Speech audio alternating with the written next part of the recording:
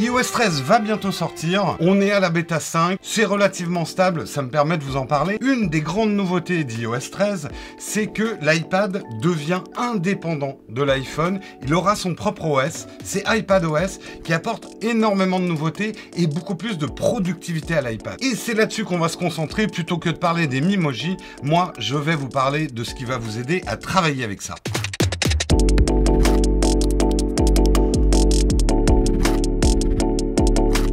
iPadOS ne va pas transformer votre iPad en PC.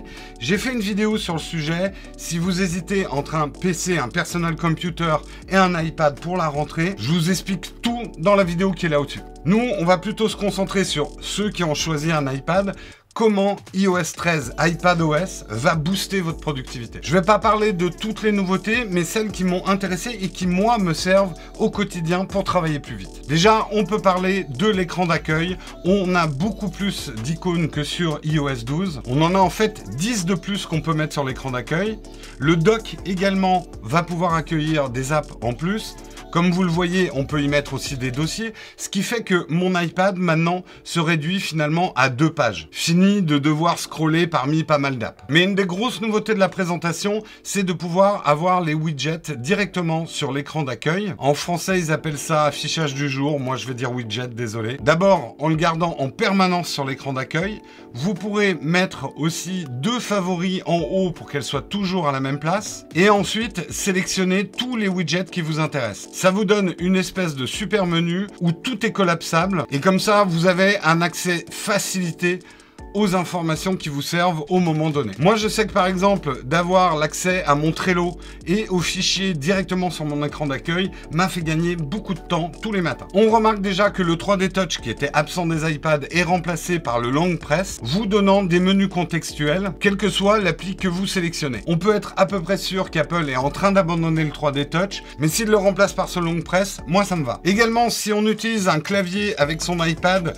ici moi je l'utilise avec le Logicraft, dont je vous ai déjà parlé, on va avoir plein de nouveaux raccourcis clavier et ce qu'il y a d'intéressant, c'est qu'on va avoir des raccourcis clavier qui vont combiner à la fois une touche et le touch. Par exemple, si je fais Shift et que je clique sur un lien, il m'enregistre automatiquement le lien dans mes favoris. Ça me fait gagner énormément de temps. Également, pour ceux qui aiment jouer sur leur iPad, qu'ils aient un Shadow PC ou qu'ils n'en aient pas, il y a des jeux aussi natifs iOS. Le pairage des manettes, maintenant avec les manettes PS et les manettes de la Xbox, est vraiment simplifié et surtout il est complet, c'est très facile à faire. Et pour ceux qui pensent qu'un iPad n'est fait que pour jouer à du Candy Crush, essayez Fortnite avec une manette sur un iPad, ça marche franchement bien. On en arrive au support de la souris, ça marche, mais c'est pas tout à fait un driver souris. Donc en fait, ce qu'a fait Apple, c'est plutôt permettre des dispositifs de pointage, dont la souris, pour utiliser l'iPad en simulant le touch. En gros, votre souris va fonctionner, c'est très pratique dans du traitement de texte, dans des tableurs, c'est parfaitement fonctionnel, le scrolling de la molette marche parfaitement, mais le bouton droit ou les autres boutons de la souris ne seront pas reconnus comme tels. Vous pourrez y mettre des raccourcis clavier, mais dans le cas, et je reviens au Shadow PC, donc qui permet de lancer un PC dans son iPad, vous n'aurez pas le clic droit, donc ça va forcément limiter un peu les choses au niveau gaming. Donc d'une certaine façon, c'est un progrès. Comme je l'ai dit, sur certaines applications, c'est cool de pouvoir utiliser une souris, mais l'iPad n'est pas fait et ne sera jamais fait pour fonctionner vraiment avec une souris. Au niveau de son interface, ça reste un OS centré sur le touch et je pense qu'Apple va continuer dans cette direction. Ils n'ont absolument pas l'intention que les iPads deviennent des surfaces. À tort ou à raison, je ne juge pas. Moi, je préfère que mon iPad reste touch personnellement. Autre nouveauté, on va pouvoir copier-coller avec 3 doigts, donc il y a des nouveaux gestes à apprendre. Le copier, c'est assez simple, et je colle en déployant mes 3 doigts. C'est un coup à prendre,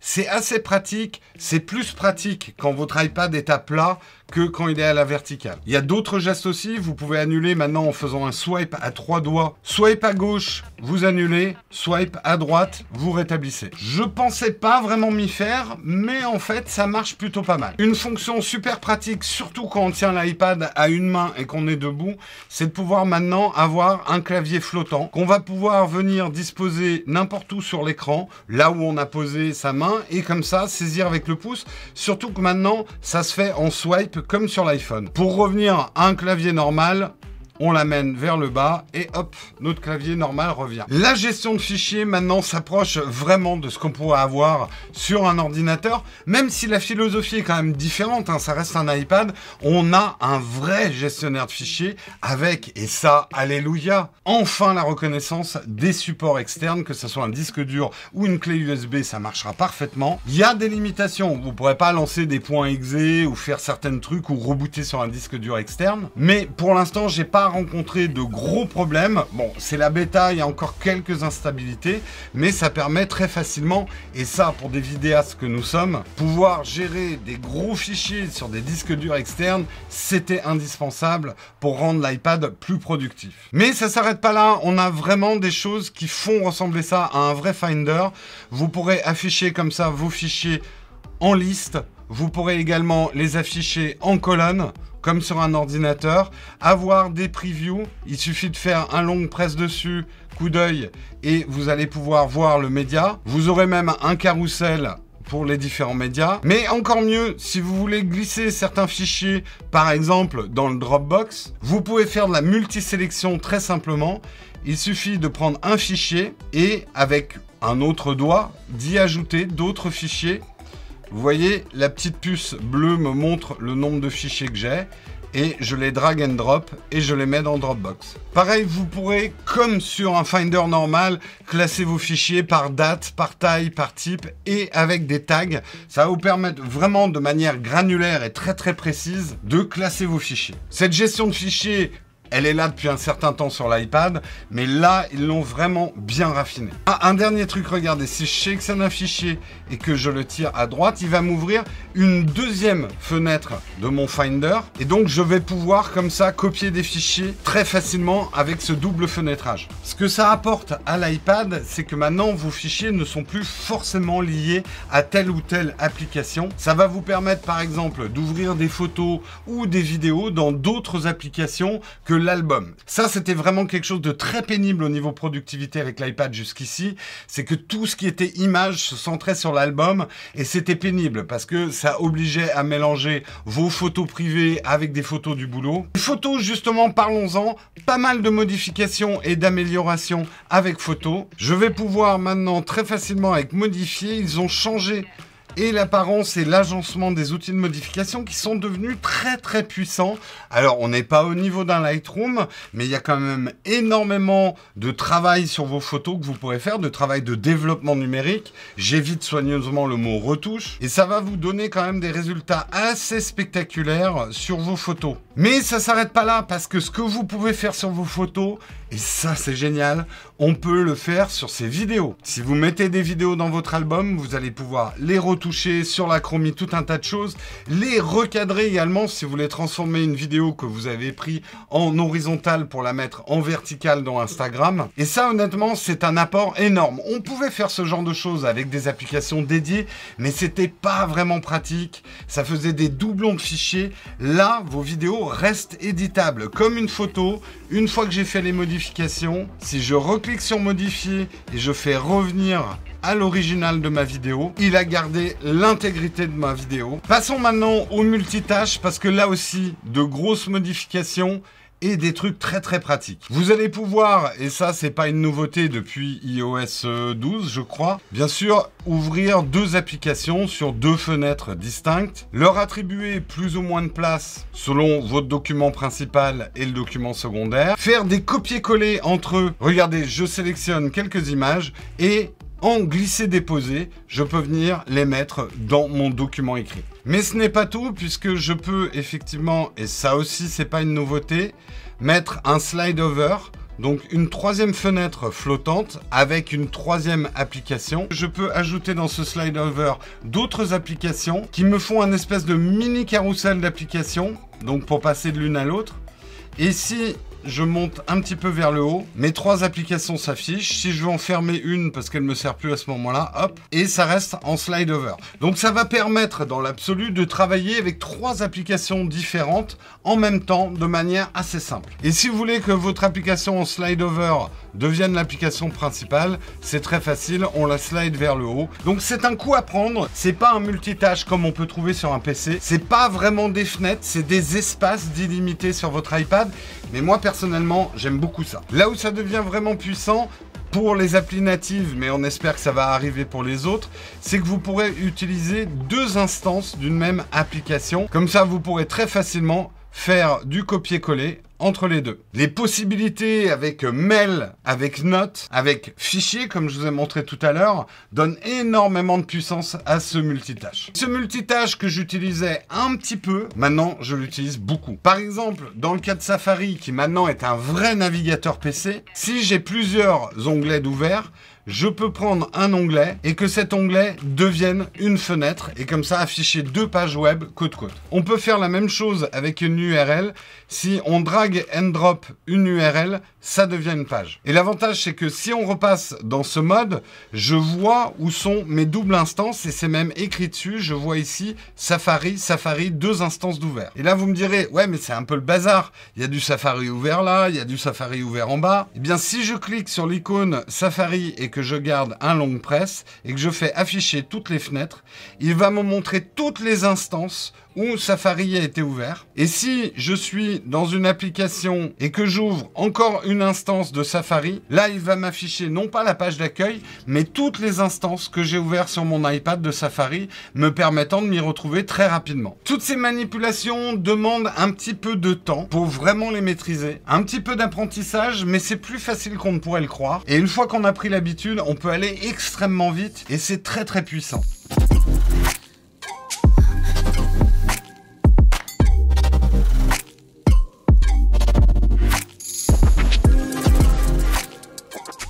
Parlons un petit peu de l'Apple Pencil, le coton-tige le plus cher de toute la planète. Cette blague commence à devenir un peu vieille. Eh bien, il y a eu des changements avec iPadOS, puisque maintenant, on a encore moins de latence. Le stylet devient encore plus précis. Et ce côté que je trouvais déjà très très bien, le rapport entre la mine et l'écran, là pour le coup, surtout dans les modes crayon, c'est vraiment très très bon. J'en reviens au stylet et notamment à la gomme qu'on peut toujours sur le Pencil 2 appeler d'un double clic. Cette gomme, son intérêt, c'est qu'on va pouvoir lui donner 2 fonctions. Vous avez l'effaceur de pixels et l'effaceur d'objets. L'effaceur d'objets, quand vous cliquez sur une partie, il va effacer tout le geste que vous avez fait. Mais maintenant, vous avez également l'effaceur de pixels qui, lui, va permettre un effaçage beaucoup plus précis et sans enlever toute la forme. Ça rend la gomme encore plus puissante. Cette petite palette flottante qui nous accompagne, qu'on peut mettre à peu près n'importe où sur sa page, selon si ça nous dérange ou pas pendant notre dessin,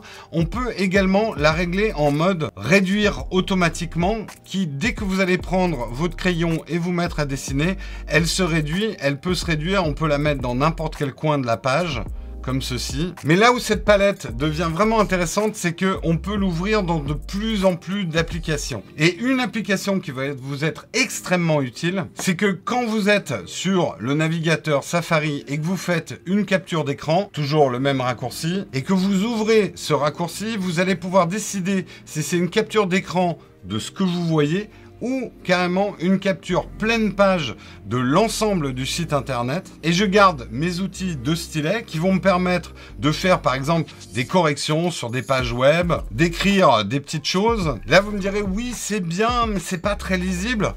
Pas de problème. Il suffit que je règle la transparence de ma capture d'écran pour que les corrections sortent mieux et soient plus lisibles. Et ces corrections, par exemple, je veux les envoyer à quelqu'un. Ici, j'ai le bouton de partage qui va me permettre de l'envoyer à mon interlocuteur, celui qui doit recevoir les corrections. Et une fois que c'est enregistré, j'en ai plus besoin. Je ne suis pas obligé de garder cette capture d'écran qui finalement ne me sert plus à rien.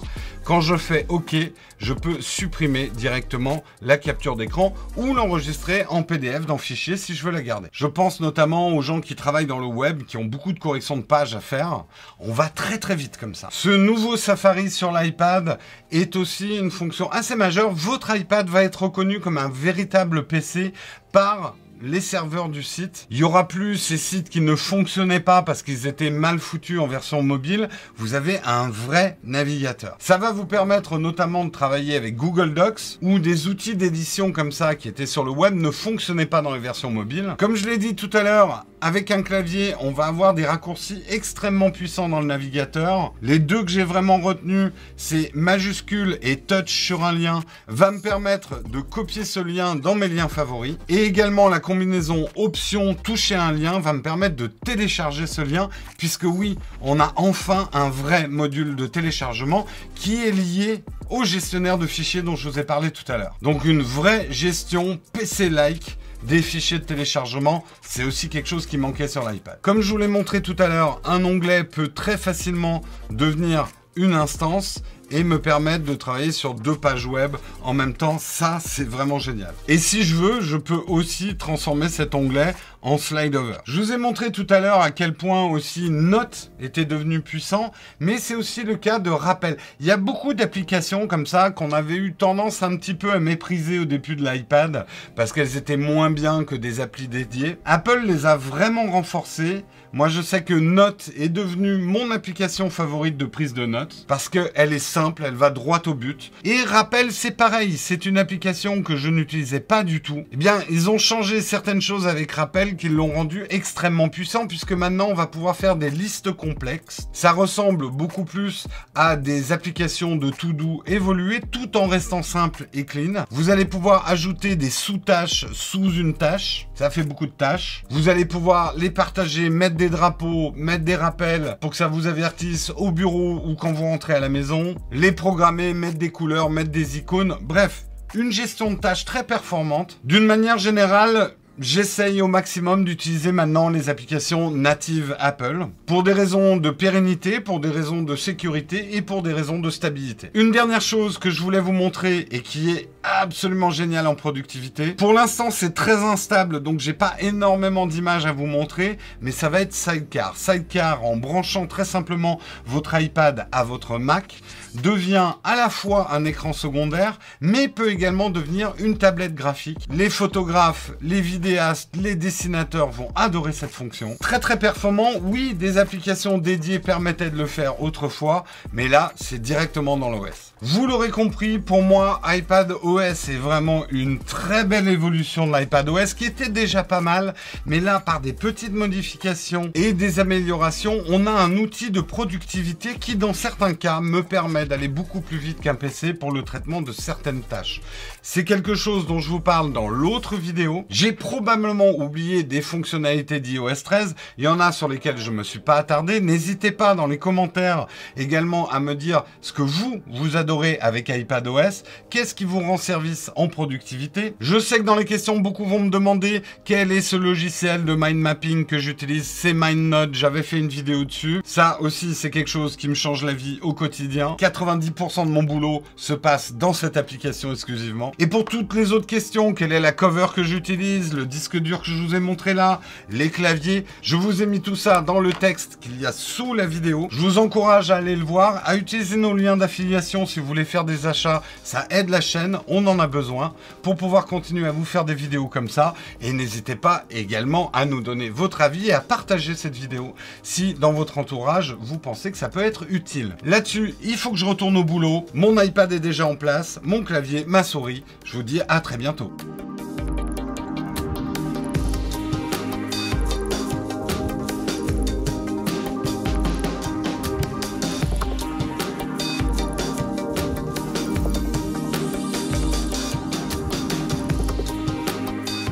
Bon, les bêtas, c'est stable, mais jusqu'à ce que ça soit plus stable.